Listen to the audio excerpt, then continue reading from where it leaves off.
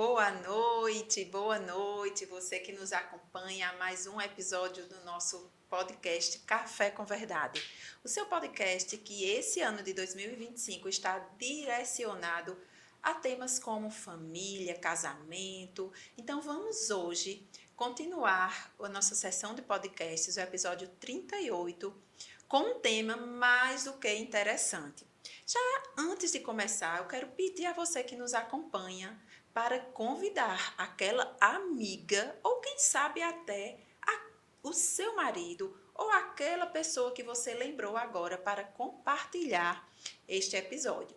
Então envia, né, o Instagram do Café com Verdade, o meu Instagram, Carlete Vieira, para a gente poder ser, eu digo sempre, mensageiros da boa notícia. Né? Então, quantas vezes você não recebeu uma boa notícia, um bom link de um bom conteúdo de um amigo que compartilhou com você e ali você teve um insight, virou uma chavezinha na sua cabeça e você se tornou uma pessoa melhor. Então, esse é o objetivo do podcast Café com Verdade. Tornar você, sua família, melhores. Então, hoje, nós estamos com um tema muito interessante. Aliás, toda mulher deveria assistir esse episódio. Então, mesmo que você não pôde assistir hoje, depois compartilha com outras pessoas, com outras mulheres. E o nosso tema de hoje é sexo no casamento, obrigação ou prioridade? E para falar sobre esse tema, nós temos aqui uma ginecologista e sexóloga, gente de primeira, que vocês vão ver a potência dela para nos ajudar nesse assunto, que é a doutora Ana Luísa. Eu quero de antemão já agradecer a sua presença, doutora Ana Luísa, no nosso podcast. Eu sei que a vida desses médicos, né, é muito corrida, geralmente, mas você tirou esse tempinho na sua agenda para estar aqui compartilhando esse assunto e tenho certeza que irá ajudar muitas mulheres. Então, seja muito bem-vinda. Muito obrigada. Eu que agradeço a oportunidade de falar sobre um tema tão importante e que tem sido um grande trabalho de formiguinha, falar sobre sexualidade de uma forma segura, de uma forma séria, porque sim, é um tema que faz parte da saúde e da qualidade de vida. Até a OMS hoje já coloca como um dos grandes pilares da qualidade de vida a sexualidade, né? Então, nada mais justo do que a gente criar esse espaço e eu não tenho como lhe agradecer estarmos aqui hoje alcançando tantas mulheres. Obrigada. E assim, sempre no início, né, de cada episódio, a gente costuma falar um pouquinho sobre a vida brevemente, né, um currículo e um histórico da vida do convidado. Sim. Então, porque a gente é meio curioso, né? A gente fica em casa, quem será ela? Por que ela é sexóloga? Por que ela é ginecologista? E ela vem de onde? Então, assim, isso conecta muito. Eu sei que a gente gosta de conhecer um pouquinho e para a gente não quebrar essa tradição, a gente vai, né, pedir para que você fale um pouquinho, rapidamente, da sua vida, quem é a doutora Ana Luísa, de onde ela vem, por que ela escolheu essa profissão, por que ela enveredou nesse Sim. ramo, né, nessa área da sexologia, enfim. Fala um pouquinho para a gente te conhecer mais. A medicina foi algo que acabou acontecendo na minha vida, não por um desejo. Eu nunca fui aquela criança que desejou ser médica, sabe? Na verdade, eu queria ser psicóloga. Mas a escola dizia que eu era boa demais para ser psicóloga. Esse tipo com 16 anos não sabe tanta coisa, né? Aqui, quem tem notas boas faz medicina e direito. Era isso que se dizia na época, não sei o que se diz hoje. E aí, eu disse, se é um dos dois, vamos. Perdi o primeiro, mas aí o colérico não desiste, né? Na hora que coloca um desafio na dele, se o desafio é passar em medicina, vamos na a medicina, e aí a gente vai se apaixonando. Não tem como não se apaixonar com cuidar de pessoas. E quando chegou a hora de escolher a residência, o pensamento era alguma coisa em que eu conseguisse resolver, que o colégio tem essa ideia do ter que ser uma coisa que eu descubra que é e consiga resolver. Então, tem que ter clínica e tem que ter cirurgia. E na hora que a gente lia a ginecologia, junta com o que era meu sonho. Eu ia conseguir escutar Mulheres, né? Então, a gente vai... O que é para ser da gente acaba chegando. Essa é a grande verdade. E aí, dentro da ginecologia... Como eu sempre gostei de estudar o comportamento humano, vinham as queixas relacionadas às questões sexuais. E eu não conseguia resolver, porque, infelizmente, nem dentro do curso de medicina, nem dentro da residência, a gente tem esses temas são abordados. Sim. Então, veio a primeira pós, a segunda pós, e, enfim, eu comecei a atender como sexóloga. Segura para tratar as disfunções sexuais, porque é isso que o sexólogo faz. Entendi. Só que, à medida que eu fui atendendo, eu fui entendendo que muitas dessas disfunções surgiam de desajustes no relacionamento. Aí vem a terapia de relacionamentos. E eu não sei o que vem depois, porque a gente estava aqui conversando, que parece que o chamado vai chegando, a missão vai chegando e a gente vai correndo atrás. Exato. Então, estamos no processo de correr atrás, mas muito firmes com esse propósito de ajudar as famílias a se ajustarem melhor, porque eu acho que a sensação que eu tenho é que parece que a gente desaprendeu como é que um casamento tem que funcionar. Isso. E às vezes as pessoas falam, oh, não, você diz muito, tem que. Isso é porque tem coisa que tem que mesmo. Nem tudo precisa ser relativizado. Sim. Não. Sim. Tem que funcionar. E aí a gente tem que encontrar a forma de cada um se ajustar para funcionar. Não é uma receita de bolo, mas o final é um bolo. Sim. No final sim. tem que vir um bolo, né? Exato. E aí, como cada um vai ajustar esses ingredientes, acaba sendo o grande mistério de tratar com relacionamentos. E que esse bolo, né, seja construído da melhor forma, de várias mãos, né? Sim. E que no final tem aquela cerejinha. Exato. Que o sexo, se a gente pudesse falar, poderíamos dizer que seria essa cerejinha do bolo, né? Sim. Aquilo que dá um sabor diferente, um sabor especial. E né? que só vai fazer sentido se o bolo estiver bom. Né? Eu costumo falar muito nos meus atendimentos. Se você tem uma torta e você tem uma cereja, você vai pegar o quê? Você vai pegar a torta, né? Ninguém vai pegar a cereja. Então, o sexo só vai ter sentido quando a torta toda tem sentido, quando a relação toda tem sentido. Por isso que tem momentos que a gente não vai conseguir ajustar a questão do sexo se a gente não consegue ajustar o resto. Muito bom. Então, já começamos aí contextualizando, né, todo o processo. Mas vamos começar com uma pergunta que trata de ciência e fé. O que a ciência e a fé dizem sobre a importância do sexo no casamento? Vamos lá. Quando a gente fala em matrimônio, né, que é o sacramento que está relacionado ao casamento, a missão do matrimônio eu estou com uma pessoa para fazê-la feliz, ter filhos e educá-los na fé. Essa é a grande missão. Nós todos somos chamados a serem santos e quem resolve se casar, o caminho é esse. E para eu conseguir chegar no motivo pelo qual eu me caso, eu preciso ter uma relação sexual que funcione, né? Sim. Então, é crucial, sim. Eu costumo dizer assim que o que diferencia os amigos do marido e de uma mulher é a relação íntima, Sim, é a relação sim. sexual. Então, ela é importantíssima. Por que tantas mulheres veem o sexo como uma obrigação? Isso se dá porque elas não aprenderam a viver a sua sexualidade. Durante toda a infância, a maioria das meninas é ensinada que não deve. Quantas vezes a gente não vê, menina, fecha a perninha, baixa a sainha, tira a mão daí, não faz isso. Então, essas mensagens, elas vão ficando gravadas no inconsciente. E aí, de repente, se passa de um momento em que não se pode nada para um momento em que se deve tudo. Trocou a aliança, eu costumo dizer assim, não é trocar a aliança de dedo que vai vir uma inspiração e de repente você vai compreender que todas as suas potências que você pode explorar. E nem sempre o parceiro tem a compreensão de como se descobrir junto, Sim. além da quantidade enorme de tabus, de que mulher decente não faz isso, de que mulher decente não faz aquilo outro. E amei a gente vir hoje até para desmistificar algumas coisas. Sim. Que dentro do matrimônio são, inclusive, aceitas pela Santa Igreja. Sim. Então, a gente, enquanto mulheres, precisa compreender a beleza que é a nossa sexualidade, o dom que nos foi dado e, assim, a graça da cocriação divina que vem através da vivência do sexo. Então, assim, é bonito, sim, e a gente precisa trazer ele para esse lugar de beleza que lhe é de direito. Exato. Tudo que Deus faz é perfeito, exatamente, né? É belo, bonito. E eu sou realmente, você falando aí, e eu lembrando de mim, né? Porque eu fui criada também numa educação muito católica, muito repressiva nesse sentido, e isso afetou diretamente o meu relacionamento, né, a minha vida sexual, a minha vida matrimonial.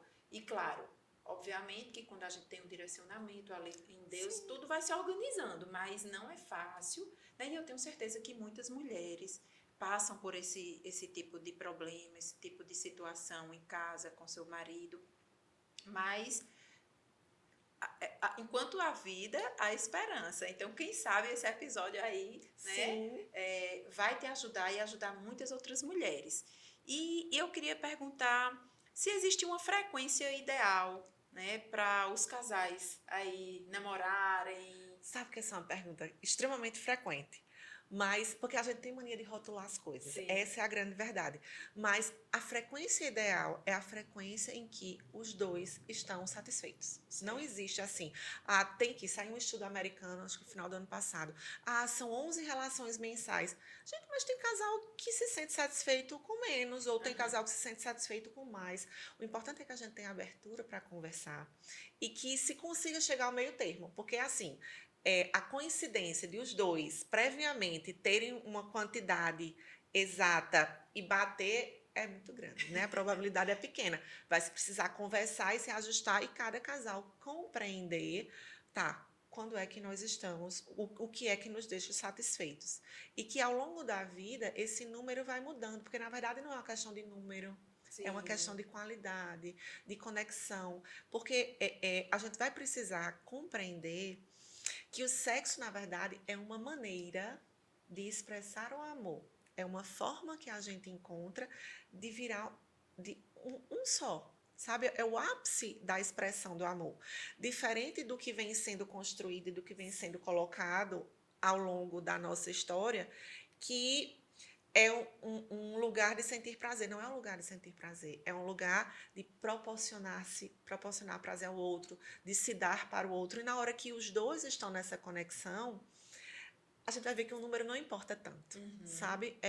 A questão da qualidade do que se vive é muito mais importante. Então, as mulheres podem aí se aquietar, né? Porque tem muitos que dizem, não, porque minha amiga é todo dia, minha amiga é toda semana e eu não, então eu tenho algum problema. Então, não existe isso, eu né? só não Essa queria que questão... se aproveitasse disso para se dizer assim, eu para mim uma vez por mês está bom. Uma vez eu escutei uma pessoa dizendo assim, você quer que seu marido seja fiel? Aí ela, quero. Você quer então ela quer exclusividade, ela quer fidelidade, e na hora que eu quero exclusividade e fidelidade, não vai ser a quantidade de vezes que eu desejo. Sim. Às vezes a gente precisa realmente, a gente vai entrar nesse assunto ainda, mas eu tenho esse problema. Às vezes a gente precisa realmente se predispor a viver aquele momento. E você falou de ciência no começo, a própria ciência fala pra gente que o desejo feminino, ele tem um dom diferente do desejo masculino. Enquanto o desejo do masculino, ele surge espontaneamente na grande maioria das vezes, o desejo do feminino, ele pode surgir através dos estímulos adequados. Sim. Então, olha como a natureza é perfeita em todos os sentidos. Na hora que Deus nos cria, ele compreende, a mulher vai ter muitos focos. Ela vai ter filhos, ela vai ter a casa. A gente tem muita coisa para fazer. Se a gente parar para enumerar, né? Então, nem sempre o foco vai estar na relação sexual em si. Então, esse desejo espontâneo não virá, a não ser no começo das relações, depois de uma briga, ou quando a gente faz uma viagem, a gente sai da rotina, mas dentro da rotina, o comum de uma relação estável é que o desejo sexual feminino seja responsivo. Então, se eu me disponho a receber os estímulos adequados, esse desejo virá. A questão é que a gente fica imaginando que os homens e as mulheres funcionam da mesma forma. E não funcionam, nós somos diferentes. E isso é algo que a gente precisa compreender. Que bom, a gente vai ter um momento de entender, né, sobre um e sobre outro. E no momento, como saber se a vida sexual ela está saudável? Como é que a gente pode ter esse Veja só, termômetro aí? Eu costumo, a gente olha a vida sexual sobre 3 óticas. E olhando por essas 3 óticas, avaliando cada uma delas, eu vou conseguir entender se está normal. Então, assim, cada um precisa olhar para o seu. Primeiro, a gente olha pela ótica do biológico. Sim. Então, assim, o meu corpo funciona se a gente está falando com mulheres, eu consigo ficar úmida, eu não sinto dor, eu consigo chegar ao orgasmo em pelo menos metade das relações. Tá, consigo, Ana. Ótimo. Então, do ponto de vista biológico, estão funcionando bem. Aí a gente vai para o ponto de vista psicoemocional. Eu estou satisfeita? Eu me sinto bem? É um momento em que eu consigo me entregar? Na hora que termina, o sentimento final que fica é um sentimento positivo? Sim, é um sentimento positivo. Vou caminhando no sentido do que é saudável. E aí tem uma última perninha, que é a perninha do social, que está muito relacionada à questão está relacionada às leis. Tá. O que é lícito, essa é a palavra que eu estava tentando lembrar, do que é lícito e do que não é lícito. Porque às vezes o corpo funciona, eu estou satisfeito, mas eu estou fazendo algo que é ilícito. Sim. Logo, dentro da sexualidade, isso não é considerado saudável. Certo, entendi. Então, tem que se avaliar esses 3 aspectos, né? E eu tenho certeza que muitas mulheres não sabiam disso, inclusive eu. Inclusive eu não sabia disso, né? Inclusive em algumas etapas da minha vida, eu acho que passei por alguns dessas fases, desses aspectos, essas 3 óticas aí realmente deficiente, né? Muitas vezes por conta da questão social, você falou lícito ali, fazer alguma coisa, você não estou fazendo alguma coisa errada, estou fazendo alguma coisa, e isso realmente acarreta um certo mas, dano. na hora que a gente fala do lícito, é lícito mesmo. Ah, tá. Sabe? Sei, É certo. relacionado à Constituição brasileira mesmo, Ah, sabe? tá. Existem Legal, alguns entendi. artigos da Tá, Constituição tá. que limitam isso Tá. também. Entendi. Você Sabe? poderia dar um exemplo? Crianças, Tá. animais, Entendi. locais públicos, Certo. Ah, sabe? tá. Ótimo. Falta de consentimento. Sim. Tá. Ficou Então, mais claro agora. isso. Tá. Ótimo. Então, a licitude é licitude mesmo. Tá. Não é o sentimento do pecado, O não. sentimento seria na parte Psicoemocional. psicoemocional. Isso. Entendi. Tirou a dúvida. Então, aproveitar, falar em dúvida, gente. Se você que está nos acompanhando tiver alguma dúvida, quiser fazer alguma pergunta à doutora Ana Luísa, fique à vontade. Pode fazer, tá? A pergunta que aí nós passamos aqui para ela e ela faz a pergunta para você, tá bom? Então, Samuel já fica de olho aí. Se tiver alguma pergunta, tá, Samuel? Tu passa aqui para a gente, tá bom? Vamos falar sobre tabus, crenças e traumas. Quais são os maiores tabus que as mulheres carregam sobre o sexo no casamento? Que é sujo, que é feio, que é pecado, que os homens são libertinos, por isso que eles querem tanto, mesmo dentro do casamento, né? E isso é uma construção que vem desde a infância, né? Hoje eu atendi uma paciente que ela começou a dizer, Ana, mas eu não tinha como ser diferente. Se você ouvisse o que minha mãe falava, e aí eu fiquei com a reflexão, a gente precisa orientar. Sim. O que a mãe falava não é de todo errado, mas a gente precisa começar a falar o que pode, Sim, o que deve, sim. sabe? No namoro, filha, quando você estiver namorando, converse sobre isso com ele, observe tais valores, veja a forma como ele lhe trata, veja se ele é gentil, veja se ele tem vontade de crescer na vida, porque é assim que a gente vai escolher o homem da gente, Isso. né? E aí, ao invés de dizer não faça isso, não faça aquilo, a gente vai guiando para o que elas devem fazer, porque mesmo que algumas conversas a gente fale do que não deve, a gente foca muito mais no que deve. Então, isso vai fortalecendo e a gente vai tirando essas mulheres dos consultórios de terapia daqui a alguns anos. Gente, você tocou num ponto muito interessante, Ana Luísa, porque realmente, né, muitas vezes a gente falta... eu digo também, muita coisa que você fala, eu me identifico, porque... Né, eu acredito que não, muitos de nós nos identificamos porque muitas vezes fomos criadas dessa forma, né? E como é importante, você falou aí, focar no positivo, muitas vezes a gente não teve essa orientação. Né? Minha filha, olhe isso, preste atenção nisso, né? Então, nós que somos mães atualmente, né, e que pretendemos ser mães, já ficar de olho, já começar... Mas ó, se a gente parar para pensar, a gente tem direito de ficar perdida desse jeito. Porque pense, a geração das nossas mães, nós somos mais ou menos da mesma geração. Talvez tenha sido a primeira geração que escolheu seus maridos. Sim. Né? Ainda tem então, isso. a sociedade está aprendendo né? Porque até bem pouco tempo o pai escolhia quem ia ser o marido e provavelmente era isso que ele ia olhar. Se ia ter condições de sustentar, Sim. se era de uma boa família. E que esses valores foram começando a ser colocados pra gente como se fossem coisas de gente interesseira, quando na verdade, quando a gente entra no casamento, a gente vê que não é.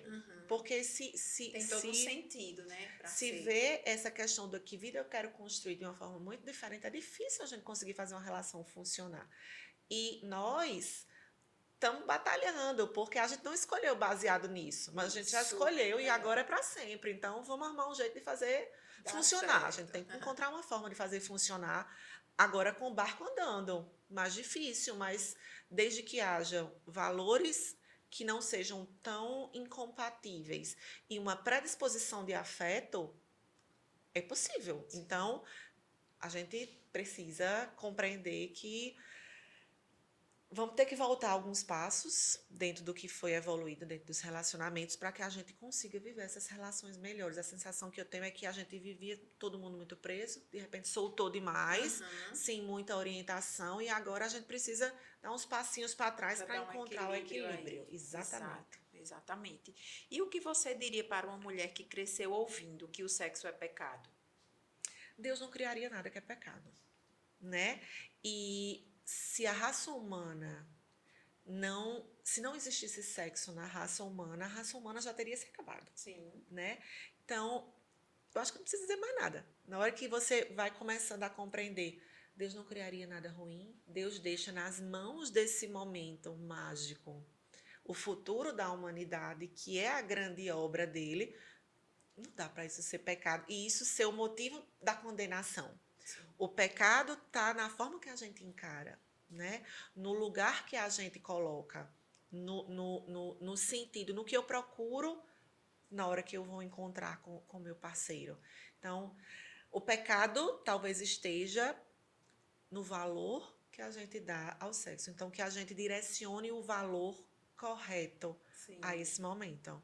Como lidar com traumas do passado que interferem na intimidade do presente?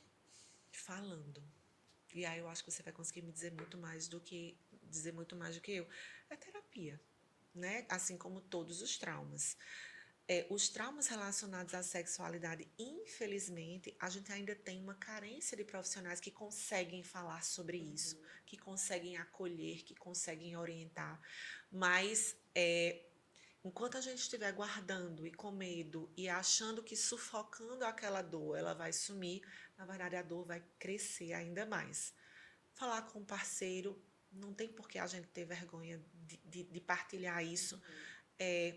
Vítimas de traumas nunca são culpados pelos traumas, a gente precisa deixar isso muito claro, e na hora que eu não me compreendo como culpada é mais fácil conseguir buscar ajuda. Não estou dizendo que é fácil, mas que é o único caminho. Eu tenho falado muito na questão da comunicação, né? E como é importante a comunicação entre o casal, no relacionamento. E acho que entraria aqui porque esses traumas, muitas vezes, né, as mulheres, elas têm medo de falar, muitas vezes até vergonha. Sim. E às vezes o parceiro nem sabe, né, algumas coisas que elas sofreram ou viveram. E algumas até não têm noção do que elas passaram ou viveram de repressão ou até mesmo de abusos, enfim, podem influenciar diretamente ou indiretamente ali no seu relacionamento. E hoje, essa questão hoje é muito mais aberta, a gente consegue falar mais, e você que nos acompanha, tente também se conhecer um pouquinho, né? Se conhecer um pouquinho mais, saber que procurar um profissional, procurar alguém que pode realmente lhe ajudar, e até o próprio parceiro, né? Conversar com ele sobre o assunto. Isso faz com que o caminho para eu digo até uma libertação. Sim. É uma libertação, porque quando você não se conhece e não sabe o que está acontecendo, muitas vezes acontece. Você não sabe por que você é daquele jeito, você não sabe porque, eu digo também muito, como eu falei, estou me identificando muito, porque eu não sabia, eu fui em busca, né, empiricamente ali, eu fui em busca, meu Deus, por que isso acontece, por que está acontecendo? E ele foi conduzindo muitas vezes por caminhos, e eu fui descobrindo, não, muita coisa vem de mim, da minha educação, da minha... E se a gente não se conhece, não sabe de onde vem, não tem como você mudar algo que você não tem consciência. E assim, na hora que você fala da comunicação, tem muita gente que faz sexo, mas não fala sobre, Sim. sabe? Porque o falar sobre é muito mais íntimo do que o fazer Sim. para muitas pessoas. Porque tem gente que faz no automático, Uhum. né? Fecha o olho, vai, acabou, pronto. Essas não tem como gostar, né? Essas vão rezar para chegar o dia que o Ou não marido chegar não o dia queira. ou já passar logo. Mas o falar sobre é uma coisa importante. E aí, dentro da terapia de relacionamentos, ou da terapia sexual, porque depende, mas dentro das duas abordagens, existe assim, eu chamo de puxa-conversa. Só, vou mandar para você uma lista de coisas que você começa. A gente não vai chegar e vai começar falando sobre isso, mas a gente começa a falar sobre o cheiro do outro, sobre o toque do outro, sobre o beijo, até que vai chegar a hora que a gente vai conseguir falar sobre outras coisas. Sim. O que eu faço que incomoda você? O que é que eu faço que te deixa mais feliz? O que é que eu faço que te deixa com vontade? Então, essas perguntas vão abrindo portas para a gente conseguir o outro perguntar para a gente. Né? Na hora que eu faço a pergunta, às vezes o outro retorna. Sim. E aí a gente vai criando esse espaço de fala que ajuda muito na hora da gente conseguir falar sobre um trauma, uma dificuldade que a gente sente. Que bom. Dicas super importantes, né, gente? Então, ó, vão pegando aí, anotando, porque muita coisa aqui a gente está aprendendo hoje. Agora vamos falar um pouquinho sobre o corpo da mulher e o prazer? Vamos. O que é que toda mulher casada precisa saber sobre o próprio corpo e sobre o prazer?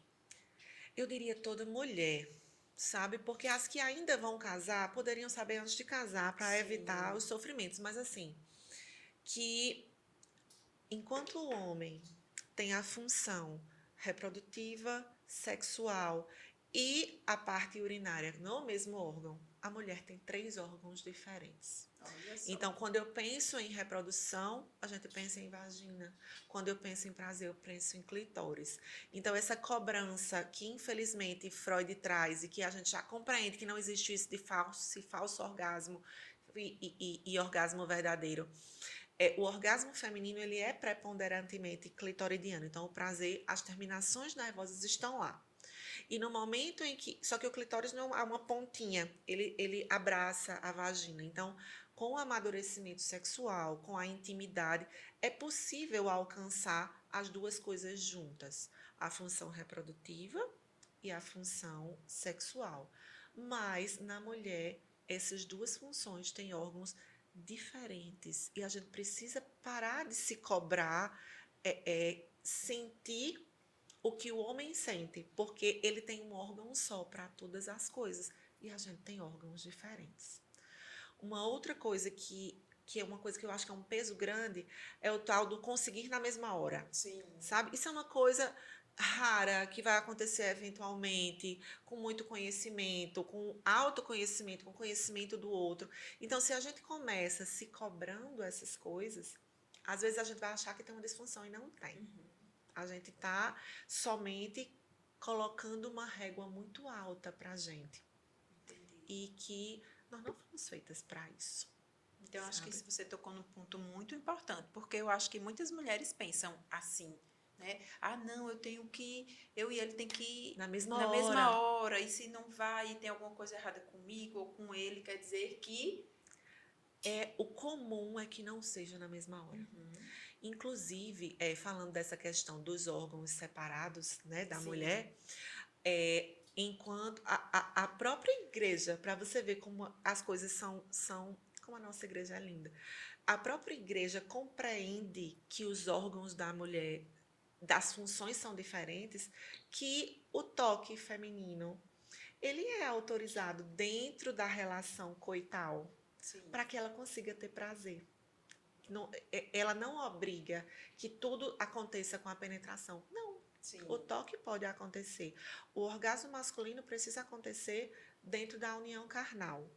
Mas o feminino não. O orgasmo feminino é autorizado fora da união carnal, desde que se tenha a consciência de que essa união acontecerá e que a ejaculação masculina acontecerá dentro da relação fisiológica, digamos assim. Mas essa compreensão do separado é uma coisa muito importante. porque eu acredito que muitas mulheres têm esse Sim. conceito, né? Então, é bom entender isso para a gente compreender que A gente ser mais gentil com a gente, sabe? A gente se cobra muito. E essa cobrança vem muito do que acredito que seja o grande mal quando a gente fala de sexualidade hoje em dia, que é da própria pornografia. sim. Porque o que é que a pornografia coloca pra gente? Uma régua irreal e muito alta, em que tudo vai acontecer simultâneo, em que tudo demora muito, em que tudo é muito fantasioso. Na vida real não é aquilo que vai acontecer. E isso tem gerado muitos conflitos, né? Muitos. Além dos conflitos conjugais, gera disfunção mesmo, Sim, sabe? sim. Falta de desejo, a questão da disfunção erétil mesmo. Homens que não conseguem mais de tanta pornografia que consumiu ao longo do tempo.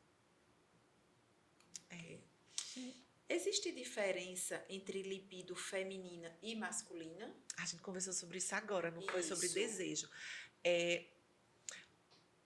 Se começou, só para eu dar uma pausa e tentar explicar. Até 1964, ninguém estudava nada sobre sexualidade. E aí, os primeiros estudos, eles não colocam o desejo como uma coisa importante, sabe? Partia-se da premissa que todo mundo desejava quando se começou os primeiros, lá de Masters e Johnson. E aí, depois foi se compreendendo, não, tem alguma coisa que impulsiona as pessoas a buscarem o encontro sexual. E aí, essa coisa é o desejo. Inicialmente, se acreditou que todo mundo era igual. Então, lá em 1970, se fala, não, Ana. Não, Ana não, né? Não, gente.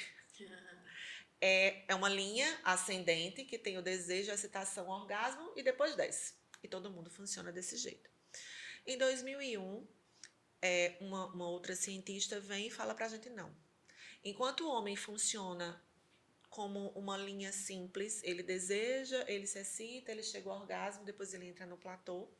A mulher tem uma resposta sexual que a gente chama de cíclica. Quer dizer, ela tem o desejo, se excita, chega ao orgasmo e ela fica dentro desse ciclo, por isso existe os orgasmos múltiplos. Mas dentro desse ciclo eu ainda tenho um ciclo pequeno, em que eu posso ter um desejo que não é espontâneo, em que eu posso ter um desejo que surge dos estímulos adequados. Então, eu primeiro me excito, a mulher primeiro se percebe excitada para depois desejar. E isso é uma coisa possível para os corpos femininos e não é possível para os corpos masculinos. As respostas são diferentes. Mas, no final, a ordem que as coisas acontecem depois da excitação acaba sendo a mesma. A mesma, entendi. Até chegar lá, um pouco diferente, Sim, pode ser. porque o desejo, a gente chama de desejo espontâneo e desejo responsivo. Sim. O homem predominantemente tem o desejo espontâneo. A mulher predominantemente tem o desejo responsivo, principalmente em mulheres que estão mulheres que estão casadas, com relacionamentos estáveis, em que as coisas estão funcionando. Né? Na hora que as coisas saem do prumo, que existe na mulher esse desejo de buscar a intimidade, porque, em geral, a mulher busca a intimidade para se sentir amada, Sim. para se sentir aceita. Então, depois de uma briga, na hora que eu estou insegura, é comum que o desejo espontâneo venha. Mas que na hora que as coisas se ajustam, voltamos para o desejo responsivo, que é igualmente funcional. Sabe? É um outro mito. Muitas mulheres chegam no consultório se queixando que não desejam. Ah, Ana, não desejo. Mas quando a gente vai compreender, na verdade ela tem um desejo responsivo que é o fisiológico para a vida que ela tem. Sim, entendi. Né? Só traduzindo assim, né? Porque às vezes pode ficar um pouco vago, talvez você que esteja aí, como assim esse desejo responsivo? Como é que eu posso saber disso no meu dia a dia? Pelo que eu estou entendendo, a mulher precisa, digamos assim, em alguns momentos, ter um estímulo, Sim. né? Que ela seja. E o estímulo pode ser um beijo, pode ser um cortejado, pode ser uma palavra, sabe? Certo. Eu vou dizer assim, do jeito simples que eu pergunto no consultório. Tá, você não tem vontade. Não tenho vontade. Certo. Mas na hora que começa, a vontade chega. Sim. Chega, Ana. Na hora que começa, a vontade chega. Pronto. Seu desejo é responsivo e você funciona. Tá. Não, Ana, nem na hora que começa. Certo. Tá, então aí a gente vai lidar com uma disfunção em que existe falha de desejo ou um parceiro que não conhece a parceira, porque a gente entra na questão dos relacionamentos e falando de linguagem de amor, não adianta, por exemplo, para uma mulher que gosta de ouvir, o homem vir abraçar. Para ela não vai ser suficiente, por mais que para outra seja ou que para ele seja. Por isso a importância de você se conhecer, de você conhecer o outro. E por isso que o sexo é o final, né? Porque na hora que eu chego para viver uma relação sexual, eu já conheço aquela pessoa, eu já sei os valores dela, eu já sei como ela se sente amada, eu já sei o que ela gosta, em outros aspectos da vida que vão ser informações importantes na hora de viver o sexo. Acho que se Ficou, né? mais claro aí para você, para mim ficou. Como o ciclo menstrual interfere no desejo sexual? Tudo. Hoje eu estava engraçado, como quando a gente vai falar sobre um tema, o tema vem, né? Uma paciente falando, Ana, eu não sinto desejo depois que eu comecei a tomar um anticoncepcional. Isso é claro, porque o anticoncepcional tira de você a capacidade de ciclar. E se a gente vai compreendendo que, lembra que eu falei lá no começo, a grande função, na hora que eu penso em sexo, eu vou pensar em procriação. Tá, Ana, mas você está sendo retrógrada. Não, é uma das funções. E aí, na hora que eu penso nisso, é biológico, é fisiológico, que no momento em que eu estou mais propícia a procriar, eu vou ter mais desejo. Sim. A gente se percebe mais úmida, a gente tem uma facilidade maior do ponto de vista neurológico para se dispor à relação sexual. Logo depois que a menstruação vai embora ali, a gente não está muito afim, a gente está meio abusadinha. E aí é nesses momentos em que os hormônios não ajudam, em que os neurotransmissores não ajudam, que a gente precisa trazer à tona a nossa sapiência e saber como é que a gente vai utilizar os nossos sentidos, os nossos pensamentos, para que a gente consiga manter essa vida sexual ativa, que é importante para o casamento. Um casamento em que a gente só vai ter relações ali no momento da procriação em si, ele vai se desgastar, porque fisiologicamente o homem vai precisar, né? É a gente pensar que haverá acúmulo de secreções, falando bem do ponto de vista masculino mesmo. O homem está lá produzindo o sêmen dele, e se ele não tem a relação, vai incomodar, né? O corpo dele vai dizer, a gente precisa, vamos lá, cara, a gente precisa, se movimenta. E se na hora que ele vem, ele encontra uma mulher abusada e não receptiva, não vai funcionar direito, né? Exatamente, Não tem como. não tem como. Então, aí uma dica para as mulheres, hein?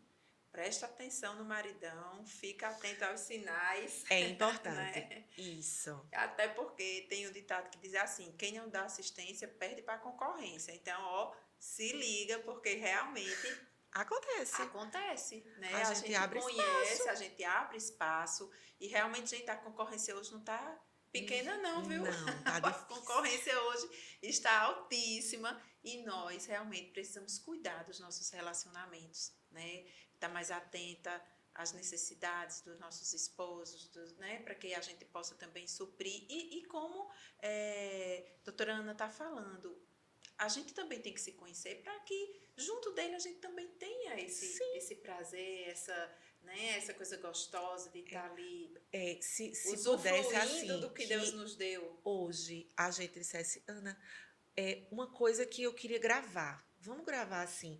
Na hora que eu digo assim ao meu marido, eu vou deixar ele de castigo, a gente vai começar a se sentir de castigo também.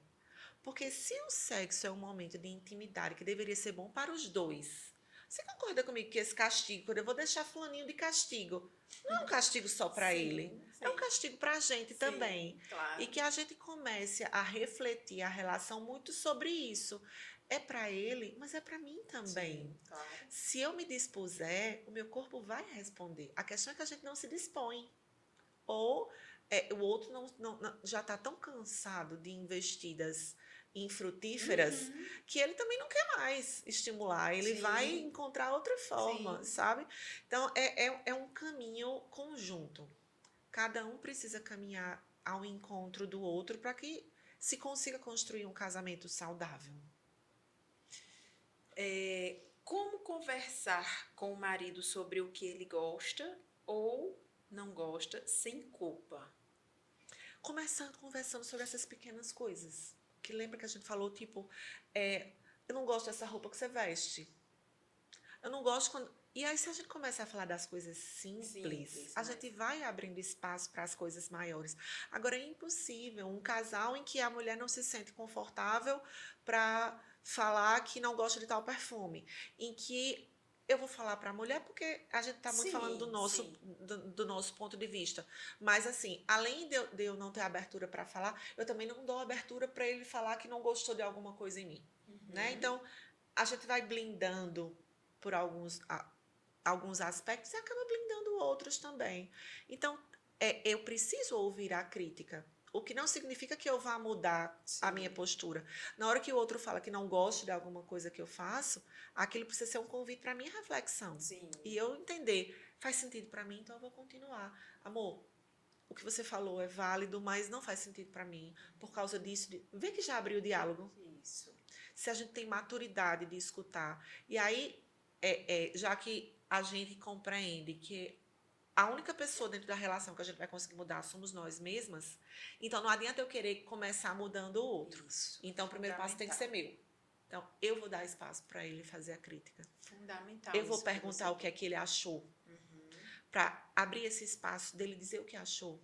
O que não significa que eu vá fazer, como eu estava falando. E aí eu abro um diálogo para coisas simples. Eu escuto muito algumas amigas falando, eu acho um absurdo o homem que fala que não gosta que a mulher se vista de tal forma. E aí eu fico pensando, pois eu adoro quando ele fala, mas não que eu vá trocar de roupa porque ele não gostou. Mas aquilo vai ser um outro ponto de vista para eu avaliar, porque às vezes é uma coisa que eu nem vi. E muitas vezes eu não troco. Não, eu gostei, não acho, seu ponto de vista não tá ok. E tá tudo bem, porque aí ele compreendeu o meu ponto de vista e não sai ninguém com raiva. No mundo ideal, a gente conseguiria fazer isso em todas as situações. Conseguiremos? Não. Mas vamos tentando em cada uma que a gente vencer é um dia a menos que a gente fica chateado sem motivo, né? E a gente não vai se desgastando. A gente tenta não se afastar por besteira. Vamos deixar para se desgastar quando realmente for uma coisa que mereça. Você falou aí uma palavrinha que eu acho fundamental, maturidade. Sim. A maturidade, né, muitas vezes ela demora a chegar, né, em algumas mulheres, e eu acredito que a maturidade ela está relacionada diretamente com o autoconhecimento. Sim. Se você não se conhece, se você não se permite, muitas vezes, eu também por muitas vezes já fui essa mulher assim que eu tenho muito orgulho, né? E isso hoje atualmente eu vejo que isso me atrapalhou muito na questão de querer sempre estar certa, de não achar que a opinião dele é por algum motivo ou outro, mas nunca parar e dizer assim, peraí, por que será que realmente ele não quer isso ou não gosta disso? Mas não, porque eu quero, então a opinião é minha. E quando você vai tendo a maturidade, entendendo que cada vez que o outro fala ou tem uma opinião, você abrir o diálogo, você não... Porque de tanto você... Não, o outro já nem diz mais, então fica aquela coisa muito... o que ela quer, então pronto, eu não falo mais. Né? E quando você abre, se dispõe a ouvir e entender por que ele não gosta. Né? Por quê? Então, se dá realmente o direito de entender, tudo fica mais fácil. Se conhecer, porque eu vi que muitas vezes era simplesmente porque eu não queria fazer a vontade dele. Sim. Então, hoje esse é o mal da nossa geração, né? A gente foi treinada, e eu vou dizer que a gente foi treinada porque foi novela, foi filme, foi nem sempre dentro de casa, mas o que a gente via era que a gente não deveria se curvar. Né? Isso. A gente não deve se curvar, a gente tem que ficar, temos que fazer valer, né? Será tóxico, tudo que é masculino hoje em dia a moda é dizer que é tóxico, né? Coitado dos homens. Um dia desse eu estava falando, eu disse, gente, uma pessoa comentou, é muito difícil ser mulher, eu disse, minha gente, pois eu acho que deve ser mais difícil ser homem, porque imagina, coitado, tudo deles que vem da natureza deles é tóxico, E nem tudo é a natureza masculina que é diferente da feminina Isso. e que a gente precisa canalizar as energias Exato. para ver a beleza do feminino e Isso. não querer viver o masculino, porque, né, Exato. não é a natureza da gente, a gente não vai ser feliz assim. E você falou de um ponto que realmente a gente foi criada. Eu, pelo menos na minha casa, Sim. eu ouvia, não, porque você não precisa, não pode depender de homem, porque você tem que ter sua independência, porque você. Então, assim, cresci assim, e sinceramente, fui estudar fora, tive minha independência, fazia muitas coisas, inclusive dentro do relacionamento, muitas vezes sem dar nem satisfação, porque isso inconscientemente vai fazendo parte da nossa natureza e não é. É a nossa Isso. natureza. Hoje eu estou me descobrindo. Estamos, né? Eu comecei a ver meu processo dentro da pandemia, sabe? Na hora que a gente ficou trancado dentro de casa, eu sou médica e meu marido é médico, então na hora que a gente não trabalha, dinheiro também não entra, né? Isso. E aí a gente conversando, foi quando eu comecei a entender que a gente era diferente, porque até então, né? Era tudo igual e era injusto porque era igual e eu ainda tinha os meninos. Sim. E aí, quando chegou aquele momento, houve um conflito grande, e foi um dos motivos pelos quais eu comecei a tentar entender melhor os relacionamentos. Quem saiu foi ele, né? Que, se tinha alguém que precisava arriscar-se para manter o nosso sustento, era ele. Uhum. Se tinha alguém que tinha que ficar em casa para proteger os meninos, para Sim. fazer as coisas funcionarem, era eu. E aí, naquele momento, o conflito interno meu foi muito grande, porque aquilo que eu escutei a vida inteira não funcionava. Sim. Não ia funcionar. Se a gente continuasse brigando para ser igual, não ia funcionar. E aí as coisas foram se ajustando e continuam se ajustando, porque a tendência da gente é tentar retornar para aquilo da vida porque inteira. é tão forte, né? Algo tão entranhado desde sempre que a gente luta contra. Mesmo que a gente está fazendo esse esforço, é algo gradual, né? Sim. É algo aos poucos que a gente vai conseguindo, mas eu também sinto isso, que a cada passo, né? A cada descoberta para a nossa essência, Sim. para o que nós fomos criadas para ser, né? Femininas, delicadas, amorosas, carinhosas, né? Meigas, acolhedoras, que hoje a gente consegue ver isso muito Sim. pouco e está voltando. Graças Está sendo a Deus. redescoberto essa nossa função, essa nossa missão, esse nosso papel. Tudo vai se ordenando. Quando a gente se coloca no lugar, dá os devidos, né, as devidas atenções ao que deve realmente ser, tudo vai entrando, né, ao eixo. Isso não quer dizer que a gente vai deixar de trabalhar, que a gente vai deixar de ter o nosso papel ali, né, até para ajudar mesmo em casa, ao esposo, mas fala um pouquinho dessa tua descoberta também, que eu achei bem interessante. Foi. Dentro desse contexto, você falou assim, estamos todas nos redescobrindo. Porque pensa, as nossas mães saíram para o mercado de trabalho, mas elas encontraram um campo ainda muito inóspito. Sim. Nós não. Nós já encontramos um campo mais propício, né? Nós já conseguimos voar, nós já encontramos um mundo em que compreendia essa nossa saída como algo comum. Ninguém deve ter olhado para você e dito, nossa, vai sair para estudar. Não, ninguém olhou para mim e disse, vai morar fora para fazer residência. Não, que bom, vai estudar, maravilha, vai. Foi esse mundo que a gente encontrou. Então, a gente conseguiu alcançar, do ponto de vista profissional, o que a gente desejava rápido. Ali com 35 anos, eu já tinha um consultório funcionando, eu já estava tudo funcionando. Uhum. Mas eu não estava feliz, né? E aí, é nesse momento em que muitas mulheres devem viver, poxa, eu conquistei tudo, mas eu não estou feliz. O que é que está faltando, enfim? E aí a gente volta para essa questão da essência. Está faltando eu conseguir tomar conta daquilo que é minha função. Isso. Na hora que eu saio de casa e eu deixo tudo desorganizado, e eu não estou falando desorganizado de arrumado, eu estou falando nada nem determinado, a gente não sai bem. Eu, pelo menos, fico angustiada e volto para casa agoniada. Mas, assim, na hora que a gente vai conseguindo encontrar um meio termo, Porque não cabe mais, infelizmente, eu digo infelizmente, ai, Jesus, não cabe mais a gente dizer, mulheres, vamos ficar todas em casa. Sim, Não, não sim. vai. Mas assim, a gente compreender uma coisa. Se a bomba estourar, quem vai ficar em casa sou eu. E aí foi isso que a gente viveu na pandemia. Sim. Na hora que a bomba estourou, cada um assume o seu papel. Na hora que a bomba estoura, quem sai para caçar é você. E aí a gente também tem que ter essa tranquilidade de que ele sai, mas eu fico fazendo uma coisa muito importante também.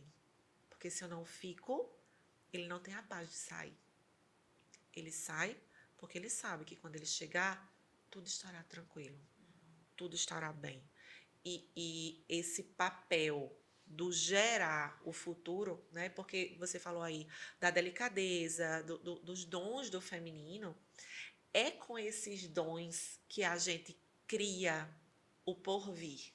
Isso. Se a gente parar para pensar, todos os grandes homens que fizeram grandes coisas, eles tinham uma mãe por trás que os transformou naquilo. Se não uma mãe, aquela que gerou, uma mulher que cuidou deles. Poucos são os homens que a gente vai olhar e vai dizer, não, eu só tenho referências masculinas. Não tinha nenhuma mulher na minha história em momento nenhum. Não vai acontecer. Ah, mas meu pai ficou viúvo muito novo, não casou com ninguém. Vai ter uma tia, uma funcionária. Tem uma mulher por perto. Tem, né? Tem alguém que chegou próximo junto ali. para dar esse aconchego. E a compreensão da importância desse lugar. Que a gente abriu mão, sim, eu também abri mão, e que agora a gente compreende que chegou a hora, e que bom que agradeço a pandemia, primeiro porque ninguém morreu na minha família, é um egoísmo meu, mas porque me trouxe essa consciência de que o meu lugar era lá. E a gente percebe a mudança dos filhos quando a gente vai fazendo pequenas escolhas de ficar. É verdade. Eles ficam diferentes. É verdade. E assim, você falou a questão da pandemia, a gente é tão treinada, né, para viver essa vida desenfreada, louca, que a gente não para, que o objetivo é esse. É que a gente não pare para refletir sobre o que realmente importa. Isso. Né? E a gente foi obrigado, literalmente, na pandemia, a refletir sobre a nossa vida. O que é que eu estou fazendo? Qual é o meu papel? O que é que realmente importa? E foi uma reflexão obrigada que aí é onde está a questão da maturidade. Você tocou no assunto, no caso da pandemia, né? Alguns que foram forçados a ter essa maturidade, outros que já tinham e aí colocaram em prática, e aqueles que não adquiriram, infelizmente, sofreram por não amadurecer, porque foi um dos períodos que mais os relacionamentos sofreram, muitos relacionamentos acabaram, né? É você pensar assim, casais que não se encontravam, Isso, de repente foram obrigados a ficar em casa, isso. né? Então, e você trabalha com casais, você deve sentir, na hora que a gente perguntar, como me fala o teu dia? Isso. Aí eles começam a falar o dia, né? Tá, e qual são a hora assim que vocês são um casal? Eita, Ana, é mesmo? Não tem uma hora do dia que a gente fica. Isso é uma coisa muito frequente. Isso. Só que a pandemia trouxe essa obrigatoriedade para algumas relações e teve casamento que não deu conta. Exato. Estava tão desacostumado que não sabia mais. Não sabia o que fazer. Isso, com aquele tempo. Em vez de usufruir, para mim, se eu parar para pensar, foi o único tempo que eu consegui viver bem o meu casamento, porque o trabalho é muito louco, né? Sim, a gente precisa ir se ajustando, mas a gente conseguiu fazer, nossa, 15 dias. 15 dias a gente assim, se curtindo o tempo todo, que coisa boa. Maravilha. Vamos falar um pouquinho sobre rotina, culpa e prioridades, que a gente já meio que já está... Né? Você vê que uma coisa vai puxando a outra sem querer. Exatamente. É possível manter uma vida sexual ativa com filhos, trabalho, casa, enfim? Sim. Na hora que a gente não está acostumado, a gente precisa sistematizar as coisas. Então, instituir o dia do casal é uma estratégia. Instituir o dia do sexo é uma estratégia. Ah, Ana, não quero instituir. Então, bota na tua cabeça qual é a frequência que é boa e amanhece naquele dia dizendo, eita, hoje é dia. Faz esse teste assim, bota na cabeça. Amanhece, hoje é dia. e passa o dia todo pensando nisso. Você vai ver que o seu corpo, a sua predisposição, a vontade vai chegar de noite, né? E a gente pensar que a gente só vai conseguir ter uma vida sexual ativa na hora que a gente tiver uma vida conjugal que funcione. A gente costuma dizer que a horizontalidade, quer dizer, aquilo que a gente vive deitado, reflete o que a gente vive em pé. Então, não tem como ter uma vida sexual saudável se eu não cumprimento na hora que eu vou embora, se eu não consigo fazer um elogio, se eu não tem, se eu vivo reclamando, se eu vivo gritando. Mas você concorda comigo que o tempo que demora para dizer ei, tchau, é o mesmo tempo que demora para o marido pegar a mão da mulher, dar um beijo e amor. Tchau. É o mesmo tempo. É verdade. É só o cuidado. O mesmo tempo que demora para você dizer essa camisa de novo. Ei, tu não fica bem com essa camisa, amor. Veste essa outra. É o mesmo tempo, mas isso vai alimentando. São pequenas estratégias, pequenas sementinhas que a gente vai plantando. E na hora que a gente fala assim da rotina, se a gente tem uma rotina estabelecida, a gente vai encontrar tempo. O grande problema é que a gente vai se acomodando com a correria, o que é diferente de ter uma rotina. Sim. Na hora que eu me acomodo com a correria, eu realmente não vou ter tempo, não. Mas se eu sei, eu começo a trabalhar às 6 horas da manhã, o que é que eu preciso fazer antes das 6 horas da manhã? Tá, então eu vou acordar que horas? E aí a gente vai se ajustando, se programando. A rotina permite isso. Essa diferenciação da rotina com a acomodação é uma coisa que talvez nela esteja a chave para se conseguir manter uma vida sexual ativa, saudável, mesmo com a correria, com casa, com filhos, com três empregos, 4 empregos.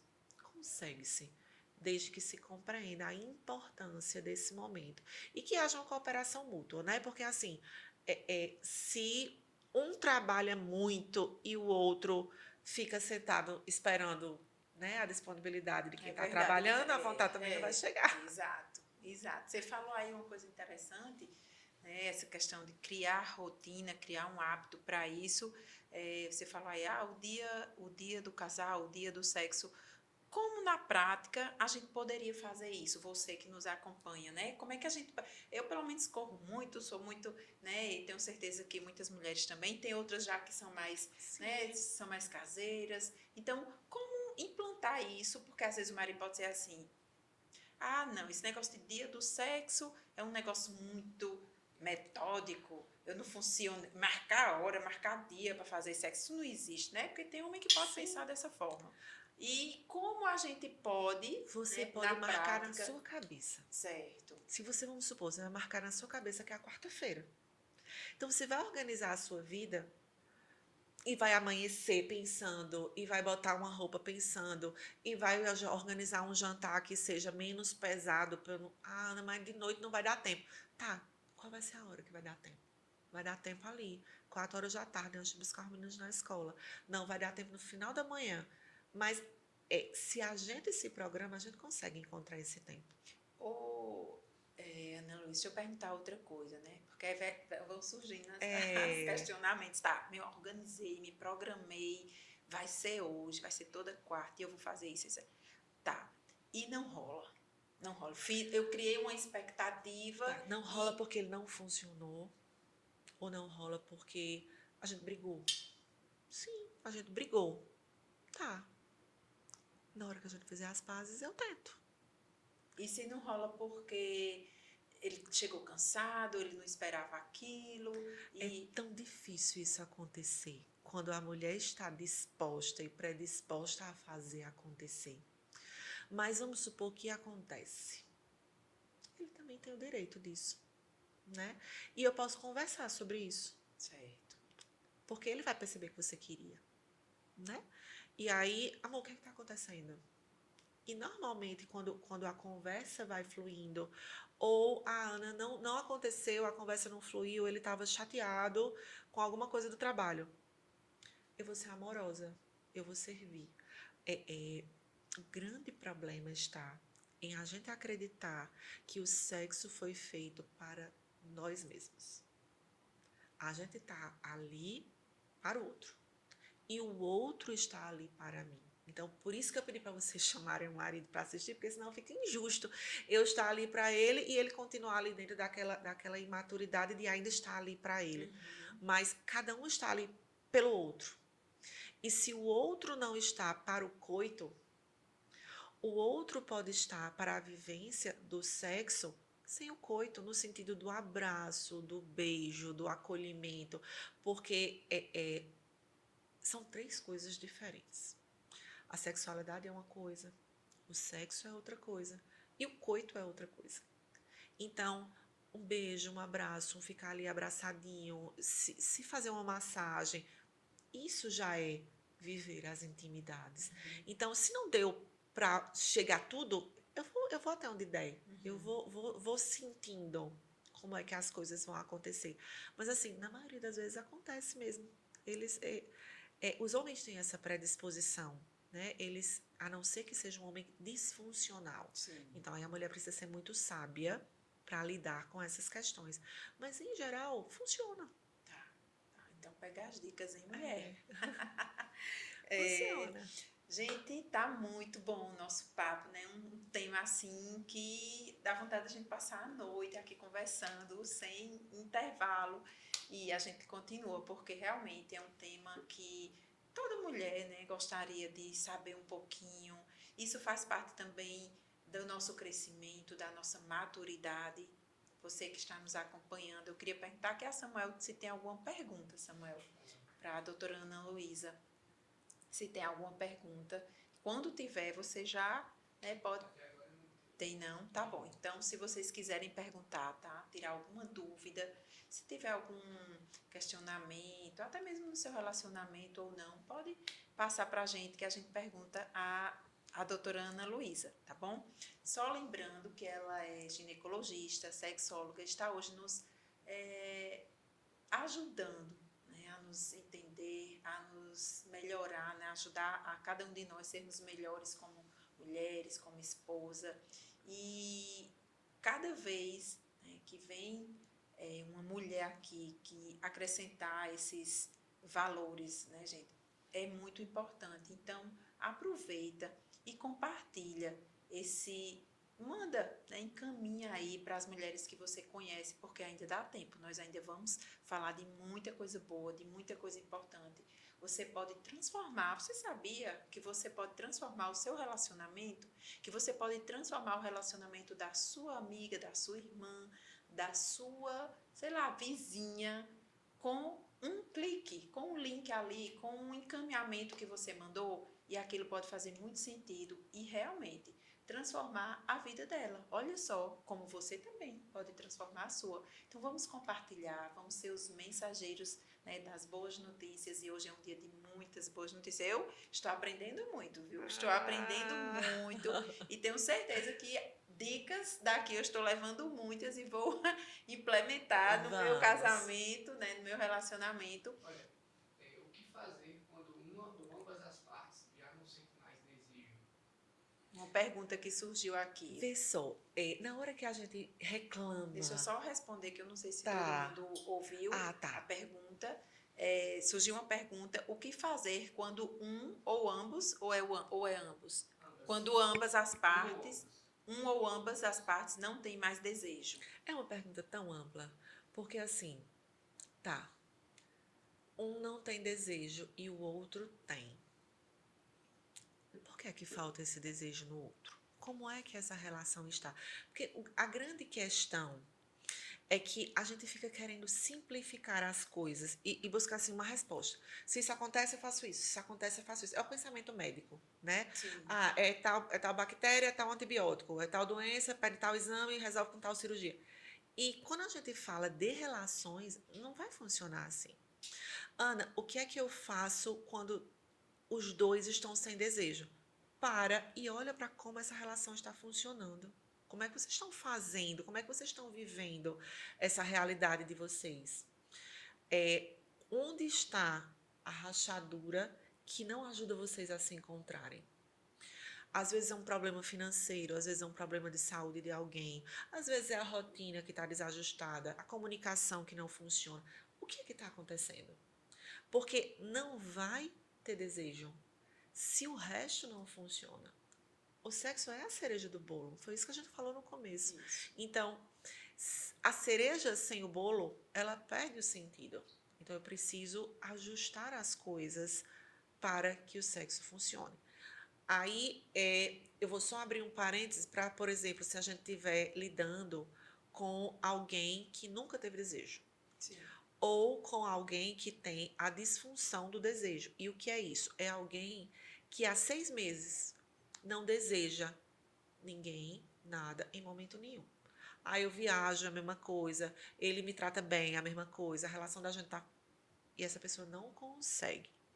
Aí a gente, dentro da terapia sexual, tem algumas ferramentas específicas para criar o que a gente chama de repertório. Porque muitas vezes, o que é que acontece? É alguém que foi muito podada, né? Que tem muitas crenças que limitam a vivência da sexualidade, que não compreendem a beleza do que está ali. Então, a gente já vai, na hora que a gente começa a conversar sobre isso, a gente já vai melhorando a prateleirinha do repertório. E aí, aos poucos, a gente vai preenchendo essa prateleira, chamando essa pessoa a imaginar situações específicas, sabe? Então, assim, existem várias ferramentas, acho que não cabe aqui a gente conversar, mas, assim, se há essa falta de desejo de uma relação ajustada, é a hora de procurar o sexólogo. Essa é a hora. Ah, Ana, mas eu queria ter mais desejo. Mas você tem algum? Se você tem algum, você não tem disfunção. Então, o que eu preciso é de um terapeuta de relacionamentos. E essa acaba sendo uma confusão que fazem, mas que a metodologia de atendimento é diferente. E como eu faço as duas coisas, inicialmente a gente faz o que a gente chama de fase avaliativa. Então, primeiro eu preciso escutar para entender para onde é que a gente vai para conseguir ajustar as coisas.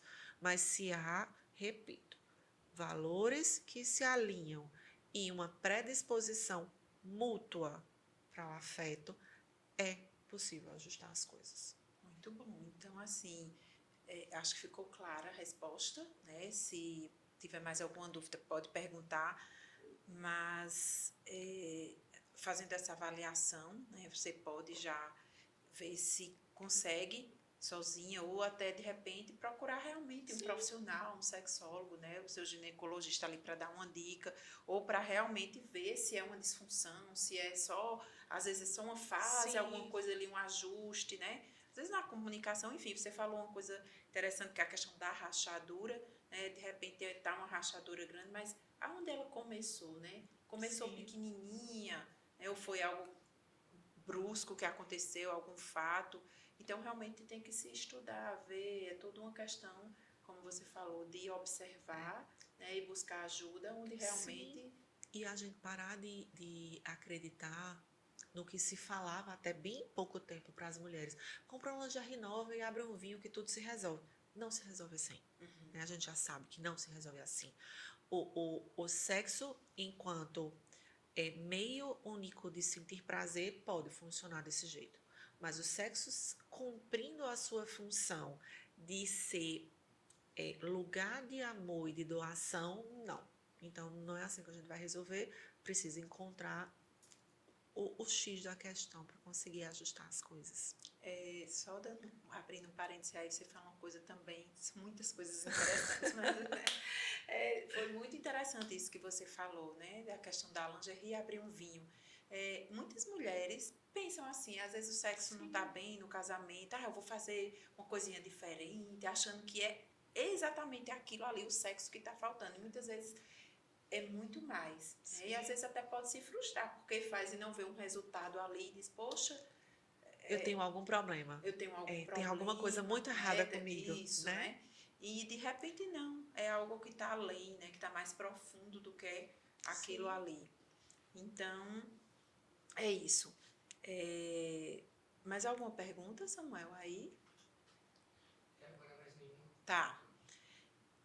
Como não deixar... Acho que a gente já falou isso aí, né? Como não deixar o sexo ser engolido pela rotina, acho que a gente Sim. já falou. Existe alguma dica prática também, eu acho que para reacender o desejo no casamento, eu acho que a gente também já foi Conversou um pouco. um pouco, né? Mas existe, quer acrescentar Não, mais alguma coisa a essa? a questão do desejo, o que a gente vai precisar compreender aqui, existe a questão biológica, que a gente não controla. Mas nos foi dada a inteligência. E a gente precisa usar ela ao nosso favor também para conseguir manter os nossos casamentos funcionando. E quando eu falo de desejo, se a gente pensar em desejo de qualquer coisa, vamos supor, você só tem como desejar uma coisa se você conhece essa coisa, Sim. se você pensa nessa coisa e se você consegue, dentro desses pensamentos, ter coisas boas despertadas por qualquer coisa. Por exemplo, eu vou desejar uma xícara de café. O café me remete ao aconchego, o café tem um cheiro bom para mim, o café me dá uma sensação de prazer, de estar em casa. Então, eu desejo o café não pelo café, não é pela bebida quente que entra, é por toda a experiência que aquilo vai trazer para mim. Da mesma forma, vai acontecer com o sexo. Qual é a experiência que eu vou viver naquele momento? O que é que normalmente eu escuto? O que é que eu falo? O que é que acontece? E, além do que acontece no momento, é o que é que acontece que me faz remeter àquele momento. Então, eu costumo falar, todas as vezes que a gente fala sobre isso, sobre a importância do quarto do casal, Sim. sabe? Principalmente depois que a gente tem filhos, o quarto acaba sendo o único lugar no universo que é só do casal, porque o resto da casa é compartilhado. E se a gente não vigiar, o quarto também fica, né? Isso. Então, a gente tem que vigiar para o quarto ser esse ambiente. Então, assim, se eu tenho um lugar aconchegante, acolhedor, que tem um cheiro bom, que eu tenho cuidado para eu não escutar coisas desagradáveis naquele quarto, que eu tenho cuidado com o que eu converso ali. Então, vai ser um lugar em que eu vou viver uma coisa boa e que a minha memória vai trazer essas outras sensações. Então, cuidar do quarto é uma coisa extremamente importante e que a gente acaba negligenciando mesmo. Então, na hora que eu crio um ambiente que vai me trazer as sensações boas, na hora que eu quiser desejar, na hora que eu entrar no meu quarto, aquela coisa boa vai vir, porque eu vou sentir aquele cheiro, eu vou sentir um ambiente enquanto todo, meus sentidos vão percebê-los. E aí, pensando nessa questão da importância do quarto, é engraçado como as coisas surgem das nossas dores, né? Sim. Na época da pandemia, eu estudando relacionamento, então se falava muito sobre essa questão da criação do ambiente. E aí, todas as vezes que eu procurava, como é que eu vou criar um quarto? Eu só via site de arquiteto, né? Não tinha nenhum psicólogo, nenhum terapeuta de relacionamentos orientando. Sim. E aí, aquilo ficou me angustiando, logo depois uma pessoa fazia, você tem que consagrar a sua cama. Arruma a sua cama consagrando, a sua cama é um altar em que o dom da criação se dá, então um milagre acontece ali. Então a gente precisa cuidar dessa cama. E aquilo foi me inquietando, né? Meu Deus, como é que eu vou consagrar a cama? Como é que eu vou arrumar o quarto? Como é que eu vou fazer tudo isso? E aí, dentro dessa agonia, acaba que eu fiz um roteiro, um script que comecei a partilhar com as amigas. E aí uma delas fez, Ana, vamos transformar isso no e-book? Eu fiz, vamos, mulher, transforma. Porque se eu sentir essa dor, mas tenho esse impulso de buscar, eu tinha os meios, eu estava me preparando, fazendo o curso, então eu tinha acesso a muita gente.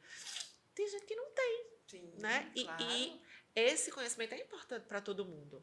Né? Então, está disponível, inclusive, no meu Instagram, o e-book do quarto do casal, que vai falando sobre cada pontinho que a gente precisa olhar, falando tanto do que precisa ficar quanto do que precisa sair. Porque, sim, tem muita coisa que a gente deixa no quarto que atrapalha. Exemplo. Foto dos meninos.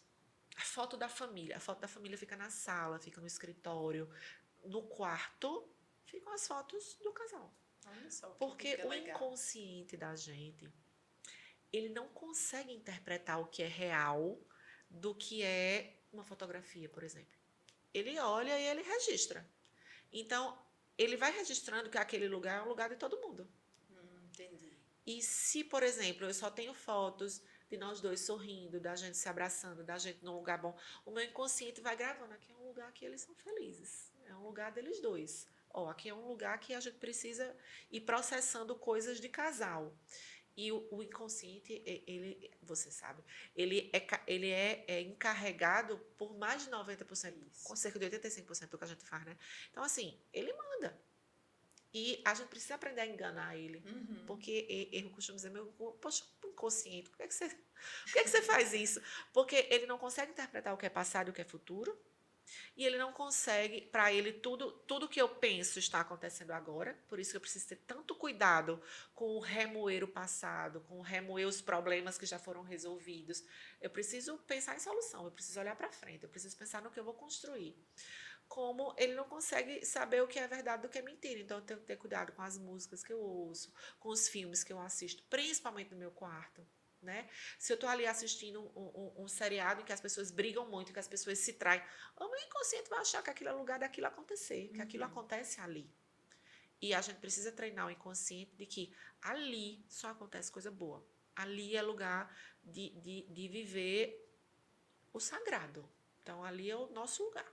Legal. E esse e-book, né? Aproveita, já passa o teu Instagram aí pra gente, né? Pra quem tá nos acompanhando, seu Instagram, chega lá, pode pegar o e-book, tá lá. Ele tá no link da bio. Certo. Acha facinho.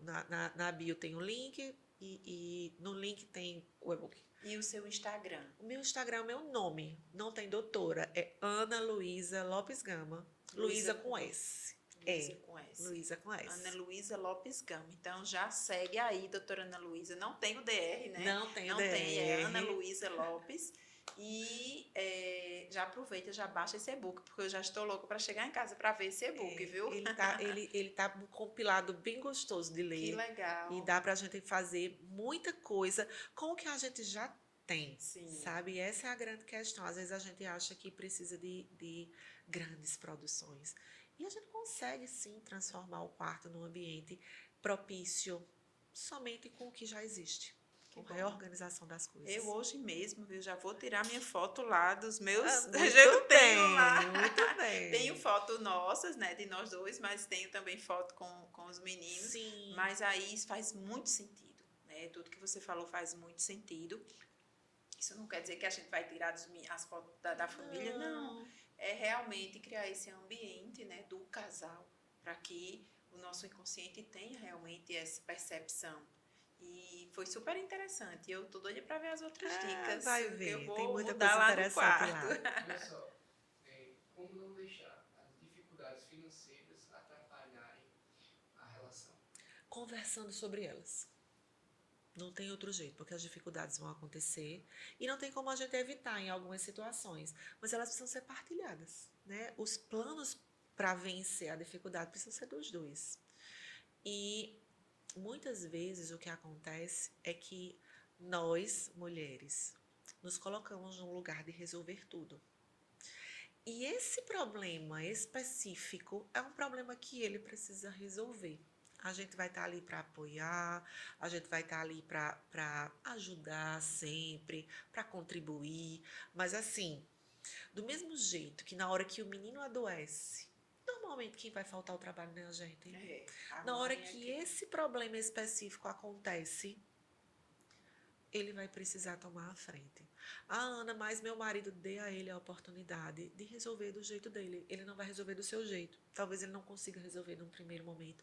Porque a gente tem esse defeito, eu diria.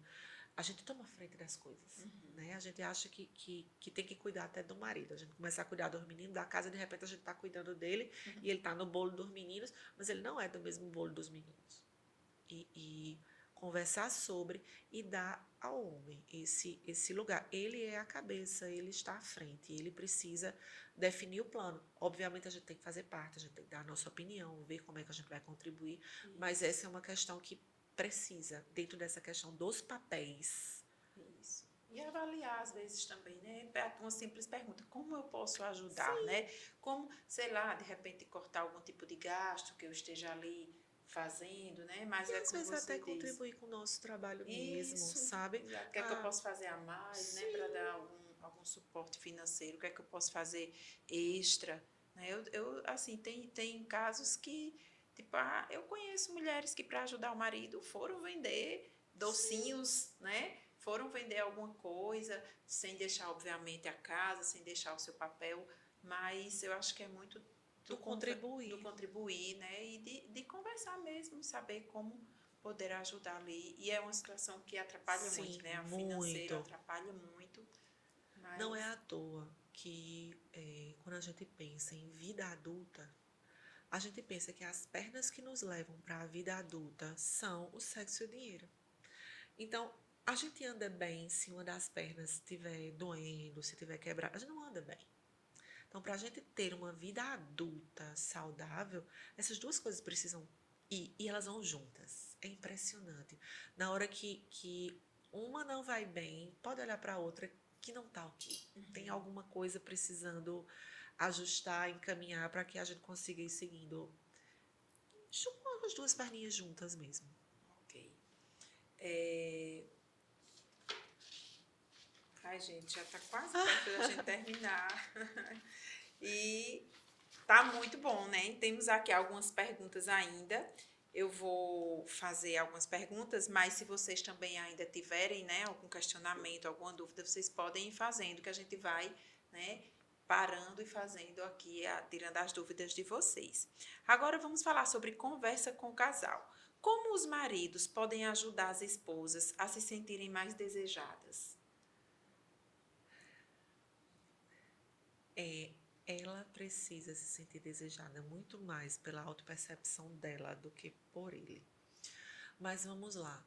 Como é que eu posso me sentir mais desejada? Nem sempre é procurando mais, sabe? O esforço para encontrar uma forma de fazer o outro se sentir amado já é uma forma de você mostrar o desejo. Às vezes muito mais do que um beijo ou a própria insinuação sexual em si. Existe deixa eu tentar fazer uma metáfora para ficar mais fácil. Vamos imaginar que a mulher mora numa montanha e o homem mora na outra montanha. Como é que o homem mostra que ele deseja se encontrar com ela? Ele vai começar a juntar madeira para construir uma ponte. Então, como é que eu demonstro que eu desejo me encontrar com você? Eu mostro a minha disposição de me desfazer de mim, porque na hora que eu estou construindo a ponte, eu estou me afastando de mim, de me desfazer de mim para me encontrar com você. Mas eu não posso me desfazer de mim completamente e ficar só na sua montanha, porque senão eu vou ser você. Senão eu vou viver no universo feminino. Então, eu preciso também que você venha. Ok, eu vou lhe mostrar que lhe desejo indo, mas venha também. Sim. Porque é essa questão. Ele precisa me sentir desejada. Tá, mas você precisa se fazer alguém desejada. Ana, você precisa estar disposta, você precisa compreender que os dons do feminino serão as coisas que serão admiradas. Então, eu preciso cuidar da minha beleza, sim, eu preciso cuidar do meu corpo, da minha saúde, ser delicada.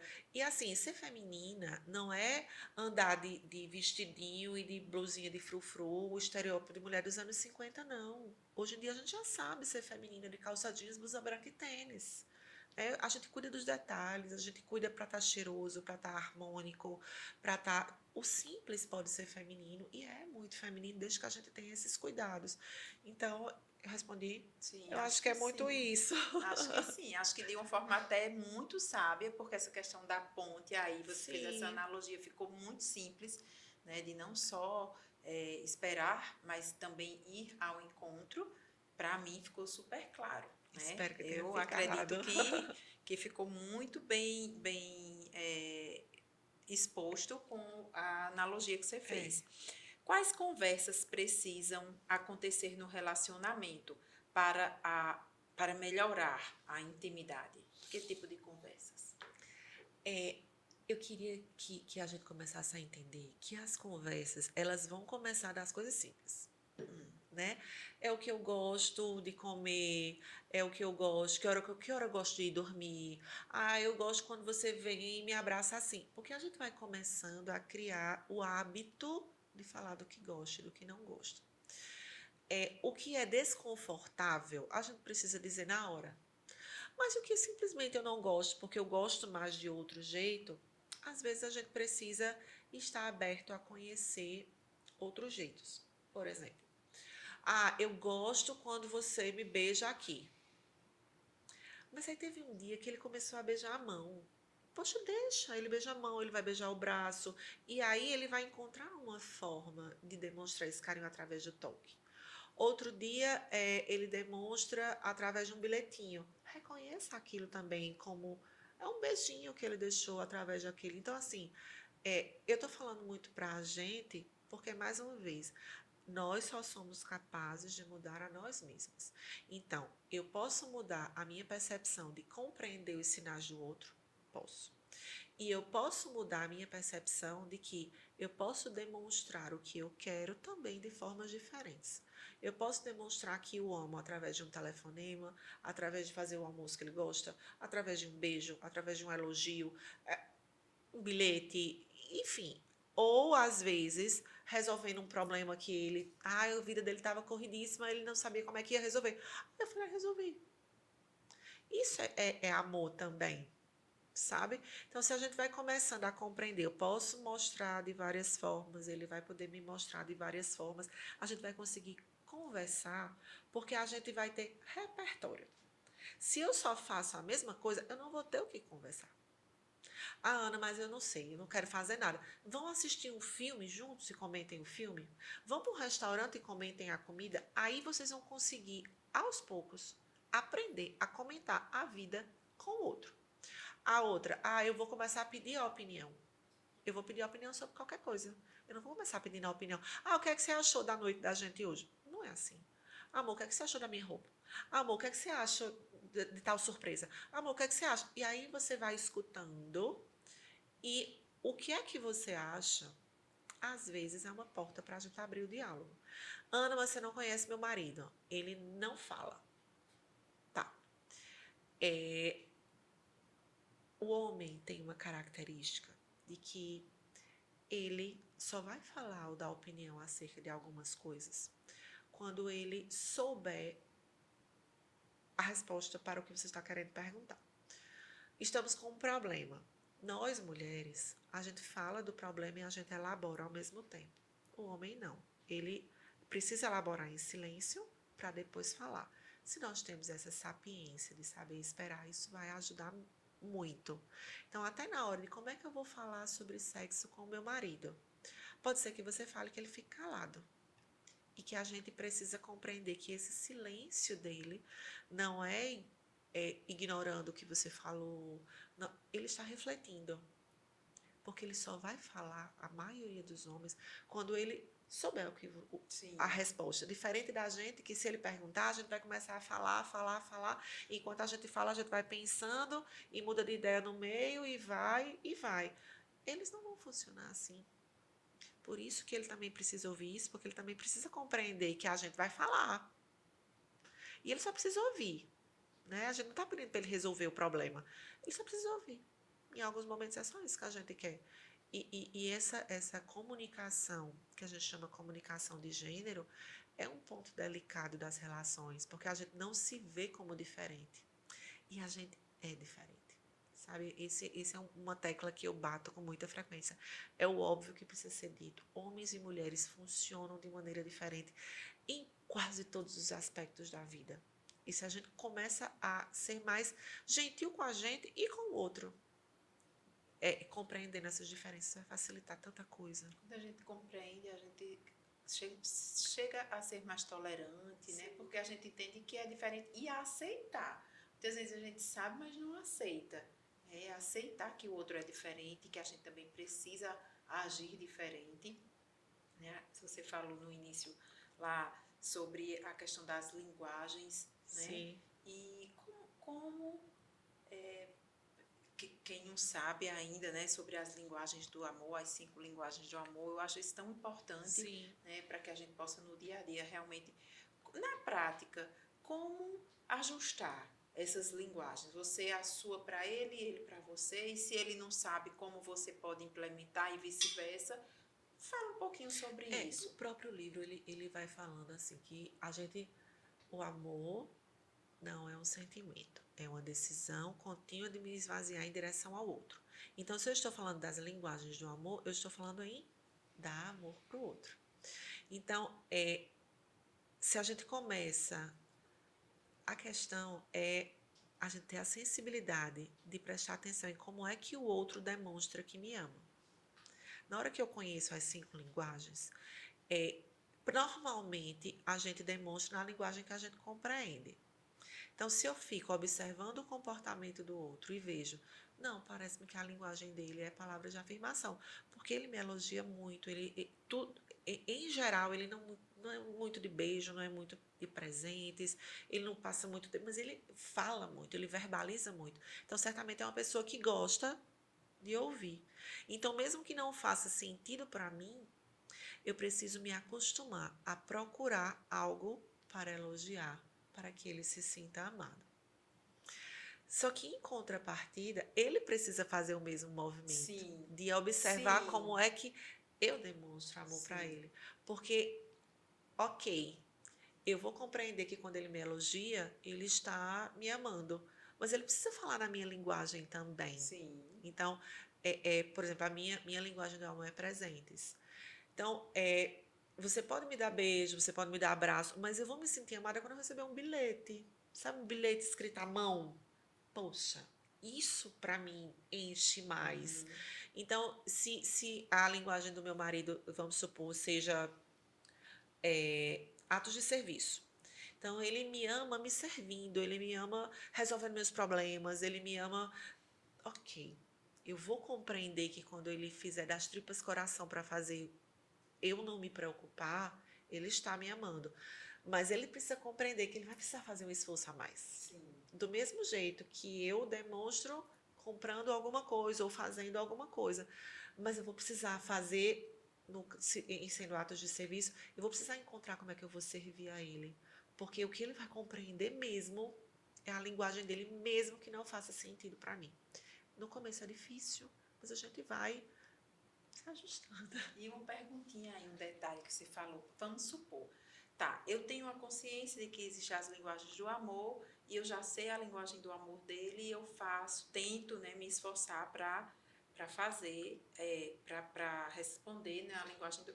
Mas ele não tem a mínima consciência, ele não sabe nem que isso existe, ele nem... A gente Como pode é que falar. eu posso Tem chegar uns e... videozinhos no YouTube bem didáticos, com desenhinhos e tudo.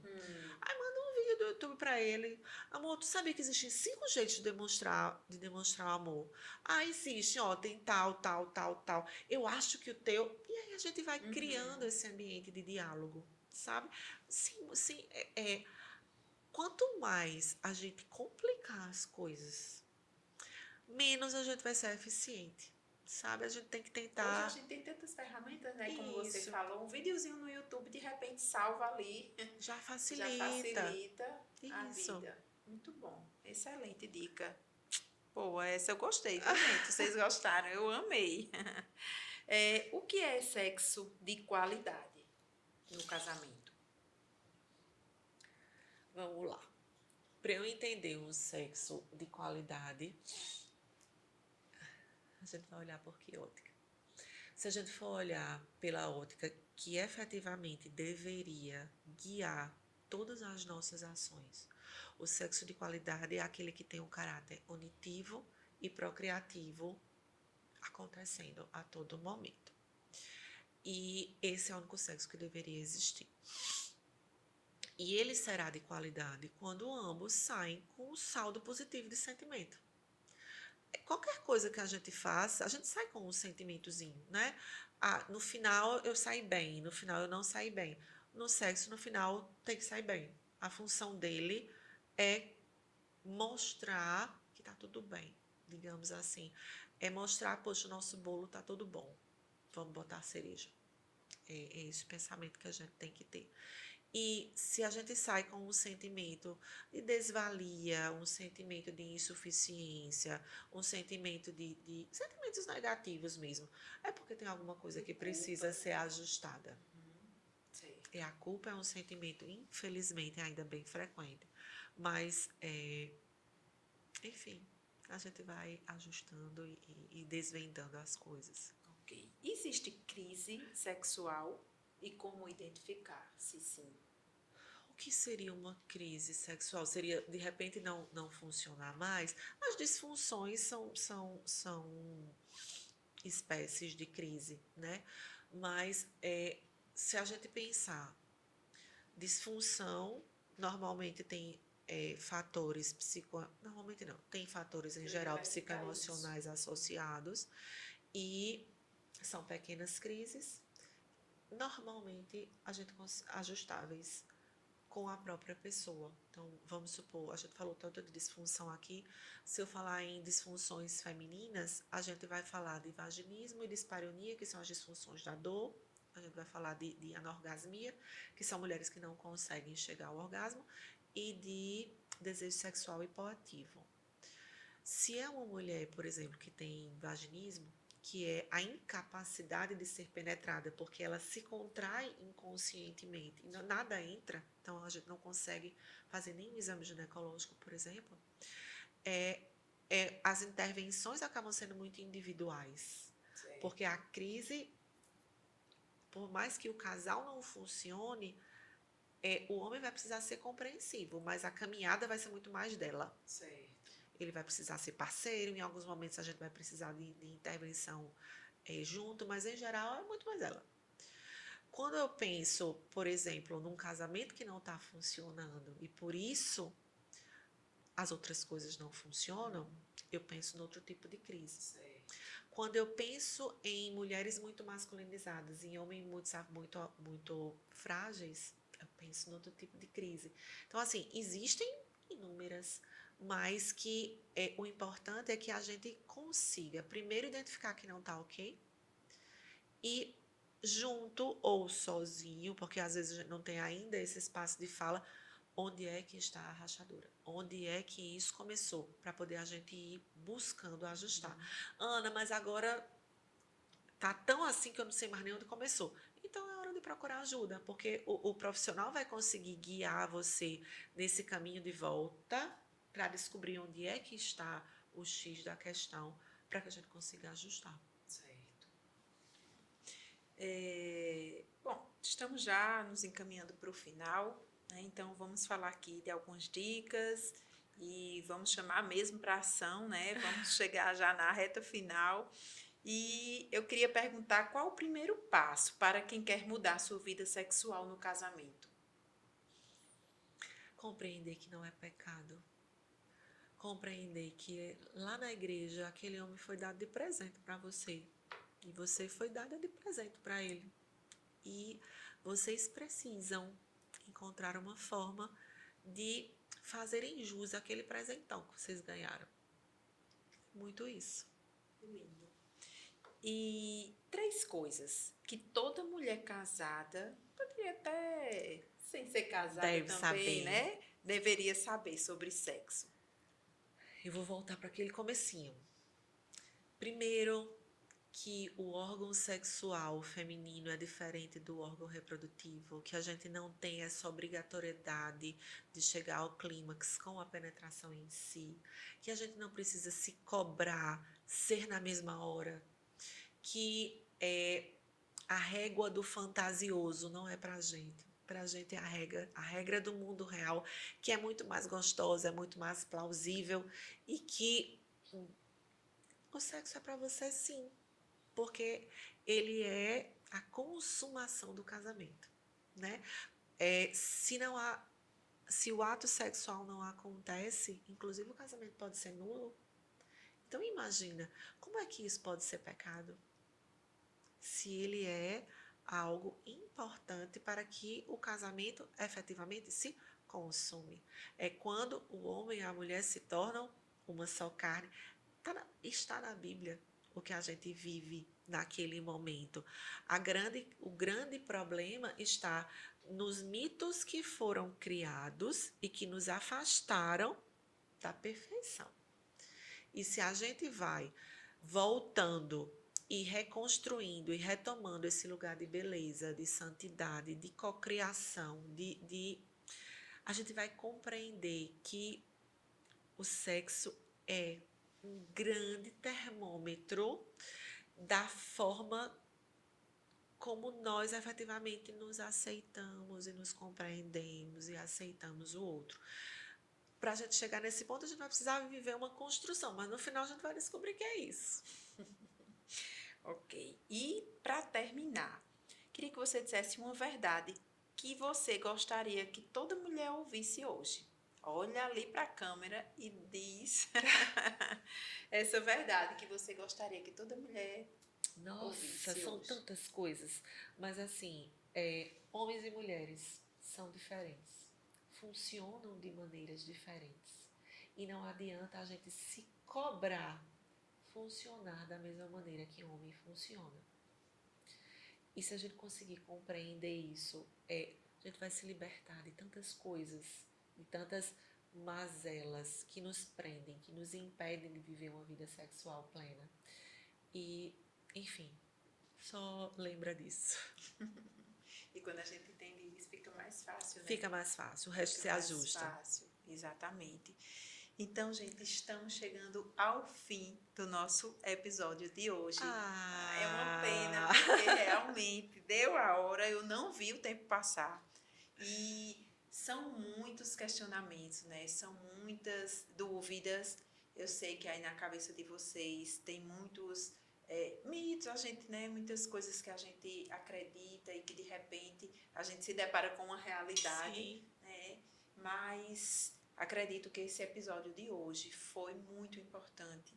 E se não deu tempo você assistir todo, chegou aí pela metade, chegou no meio, chegou no fim, ele vai estar disponível no YouTube, tá? Para você assistir quantas vezes quiser, para você encaminhar para quantas pessoas você quiser e dizer que o Café com Verdade existe para isso, para ajudar você, a sua família a ser melhor, a ser mais livre, a viver o que você e sua família nasceram para viver, né? A paz, a alegria, a felicidade que Deus tem para cada um de nós, para cada uma de nossas famílias, primeiro através de nós mulheres, né? Como a doutora Ana Luísa falou aí, a mudança começa em nós. Sim. Quando a gente entende que quando a gente muda, tudo ao nosso redor muda, tudo fica mais colorido, mais bonito. Então comece a mudança hoje, por você. E você vai ver que na sua família tudo vai começar a mudar. Então, se é no sexo, começa. Tantas dicas foram dadas hoje, né? Tantos insights, e para mim muitas novidades. Né? Então, se não deu tempo para assistir tudo, volta lá, assiste novamente, anota, tira dúvida. E doutora Ana Luísa atende. Você atende aonde? Fala pra gente onde fica o consultório, como é que funciona o consultório de ginecologia fica na Espéculos, ali na rua Rodrigues Alves, Certo. número 391. E os atendimentos em sexologia e terapia de relacionamentos no Espaço Ana, lá no Heron Marinho. No link da bio tem os 2 contatos separados, porque são 2 pessoas diferentes. Certo. Assim, são vários anos diferentes, né? Registros diferentes aqui na hora de atender uma coisa ou outra, mas os links são todos na bio. Certo. Então, quem quiser, né, tá lá disponível no Instagram. Ela já falou aqui, Ana Luísa Lopes Gama. Né, Gama, tá lá. Então, se tiver interesse, né, eu pelo menos já vou começar a indicar aí a muitas mulheres, né, que têm realmente, inclusive eu, né, fiquei super interessada de depois a gente bater um papo. E também, né, são tantas descobertas, tantas coisas. E você que está em casa, quero lhe dar uma boa noite. Quero primeiro também, antes de tudo, agradecer a presença, né, de Ana Luísa, doutora Ana Luísa aqui conosco. Foi uma noite muito especial. Bom. Foi uma noite assim de muito aprendizado, riquíssima. Que Deus continue iluminando você, sua família, sua profissão. São poucos os profissionais, né, que têm essa visão. Você falou no início de se preocupar com o outro, de ter essa visão, de se preocupar com o desenvolvimento do outro, não só simplesmente, sou aquele profissional, estou ali para resolver um problema, mas às vezes vê aquele problema, simplesmente aquele problema ali, você tem que ter e tem essa visão ampla, né, global do que acontece acontece com o ser humano. Eu falo isso, eu hoje não trouxe meu livro, mas o ser humano de verdade, essa questão, né, tridimensional do corpo, da alma e do espírito do homem, Sim. e que está tudo envolvido. Com né? certeza. Então, é essa visão que eu percebi que você tem, né, ampla do ser humano, como não só como um corpo, mas que tem uma alma e um espírito ali Sim. que nos anima, que nos dá força, coragem, e que é uma pessoa muito espiritualizada, né, e que eu tenho certeza tem ajudado e vai ajudar muitas mulheres. Amém. E é algo que eu gostaria de lhe dizer, né? Eu senti e queria deixar bem claro isso para você. Você tem uma missão muito linda nesse mundo, uma missão realmente de trazer, de resgatar mulheres aos seus propósitos, de vida através da sua sexualidade, de conhecer o seu corpo, de conhecer a sua alma e de reconduzir, de reconectar essas mulheres, e eu sou uma delas, me incluo nessa parcela, e que realmente muitas coisas ainda vão acontecer, Amém. através desse seu propósito, o qual Deus colocou na sua vida, e eu tenho certeza, Ele também nos conectou de alguma forma, e que grandes projetos, né, grandes coisas irão acontecer, porque quando a gente profetiza, quando a gente fala, né, e que Deus toca o nosso coração, a gente tem que falar mesmo, e é de verdade. Você tem um propósito muito grande nesse sentido, e que muitas coisas realmente ainda irão acontecer. Amém. E que bom que você começou, já quando a gente começou a falar, você tem essa percepção.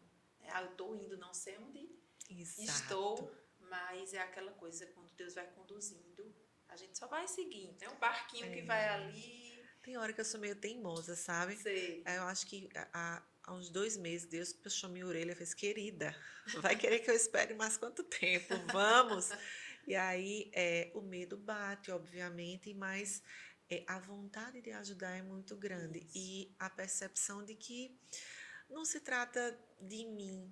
Isso. E há uma alegria de conseguir ser instrumento. Todos os dias, quando eu acordo, eu me entrego e penso isso, Senhor, me ajuda. Não sei quem vem, mas que eu consiga voltar para casa tendo feito diferença na vida de pelo menos uma pessoa. Se eu voltar para casa tendo feito algo que só eu conseguiria fazer, não do ponto de vista humano mesmo, Sim. técnico, mas um ouvido que outro médico não teria, um olhar que outro médico não teria, um cuidado que outro terapeuta talvez não tivesse. Eu sou professora, então assim, uma pegada de mão, um conselho, uma coisa, então que eu consiga ser esse espelho.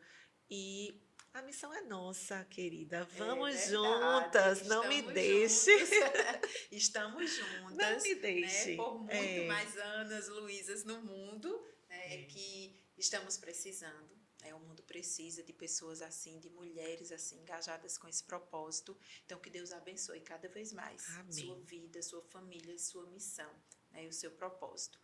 E, gente, muito obrigada por estarem conosco, nos acompanhando, né, nesse momento tão bonito. E que depois, se vocês quiserem, podem assistir novamente. E dar uma boa noite, agradecer. Já agradeci a doutora Ana Luísa. Você quer deixar mais alguma mensagem final? Não, só gratidão, grata a quem estava lá, você e a quem mexeu os pauzinhos para a gente estar aqui hoje. Então tá, gente. Então, boa noite, fiquem com Deus e até o próximo episódio do Café com Verdade. Tchau, tchau. Tchau.